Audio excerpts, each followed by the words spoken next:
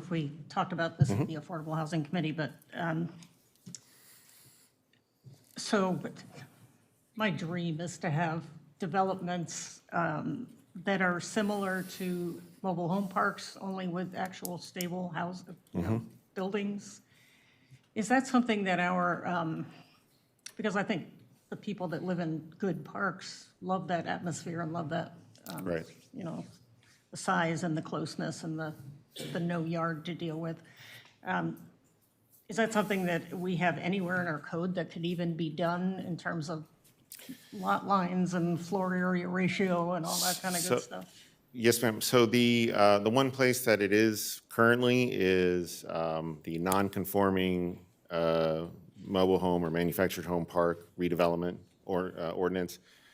I'm not going to remember the exact citation at the moment. Where's Glenn Bailey? He could help us.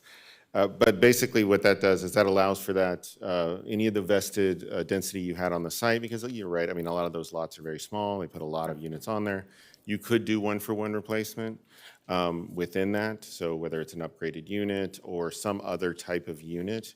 The challenges that we've just, from our research as we've been doing the manufactured housing strategy, include things like, well, how do you address, where do we draw the line with parking requirements or modern stormwater or those types of things, which we've come a long way since a lot of those parks have been created. So that's kind of and there's probably a need for some operational kind of clarity as to how we address those moving forward. The other issue that was very interesting just from doing research is finding people, you're really getting into the modular home model at that point, maybe not quite tiny home, but a modular home that could be put on a foundation and become an actual, to Florida building code type home. Finding one that fits on a parcel like that, a small site like that, is also kind of a unique challenge because a lot of the tiny homes are built to a certain standard, but they're not built to building code. And so. Well, not yet. Not yet, right. But, I think that might be coming. I think I was reading an article not too long ago about housing and how we've kind of dictated what the size of housing by the minimum lot sizes we have and all, because the developer will come in and build to the lot. Yeah. So if we allow those smaller lots in some places, and, I guess I want to know whether we can do it outside of the mobile home strategy. If you had a piece of land out there that, could fit 20 small homes. They don't have to be tiny. They could be Sure. 800 or 900 square feet, Right. But, I mean, Yeah. I'd like us to be able to do that or have that as some sort of an exception somewhere if somebody wanted to do, particularly if somebody wanted to try something like that and didn't want to have to get, There are some variance really, on everything. as we've been looking at the code update and having those conversations, there are some really interesting developments in the region that do that. I know Hillsboro's got a couple now that are just exactly like they're tiny homes, but they're really modular. They're on a foundation and all There's that. some in Gainesville too. Yeah, and so I think there's an opportunity there, but we're going to have to try to figure out what were the mechanisms they used to do that. Is it a bonus? Is it that makes it more flexible? Because the last thing I want to do is just say, well, if you go through a plan amendment and a rezoning and the 6 other steps, then you can do it, because that also defeats the purpose, right? We want to, if you're doing good things, we want to make it as easy as possible. Yeah, with setbacks and the lot size Exactly. and all that. So good, I'd like to look at that. What was I going to ask?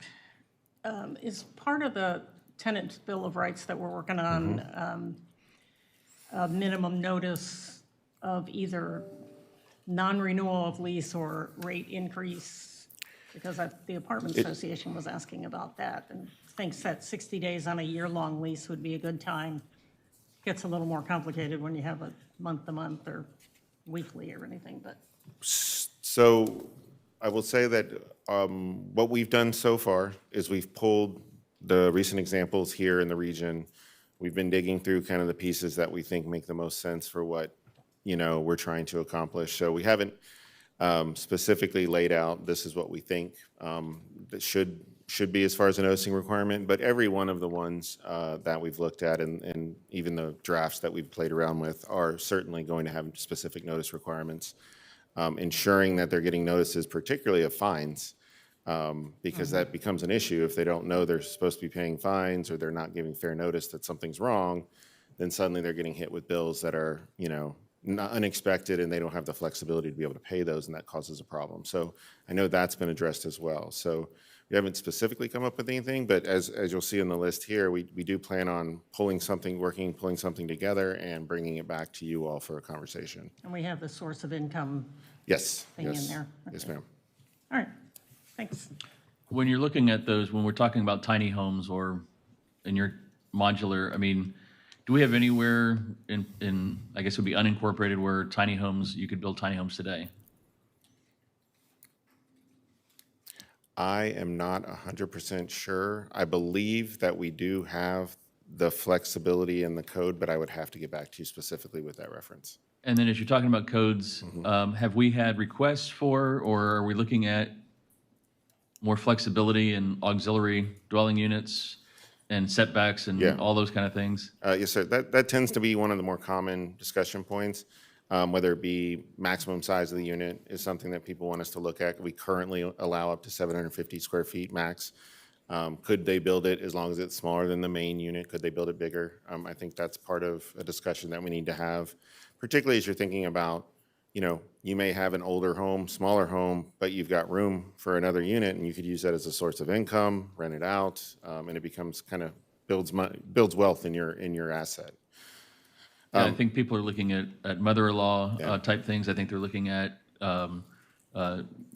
adult children, Yeah. as far as, affordability of house. I mean, it's there. And the other thing is we're talking, you mentioned older apartments, and there are some. There are, there are apartments out there, but not certainly the quantity. No. And so, I mean, I have a friend who recently moved from St. Pete to Largo because there was a rate that she could afford, and it was available. Now, 2 months later, one closer to where she was came available, but there was no guarantee and there was no, Yeah. So there's not 10 to choose from. There's 0 or 1. Yeah. And so Absolutely. it pushes people out, and now the transportation costs are higher and all those kind of things. Two thoughts to that point about transportation costs and all of that. I think that from the county's perspective, we certainly are looking at it, as you saw, St. Pete, of course. And St. Pete's put a lot of money in these projects as well. And in some cases, there's a very much a focus in the St. Pete area on the developments for Penny 4 so far.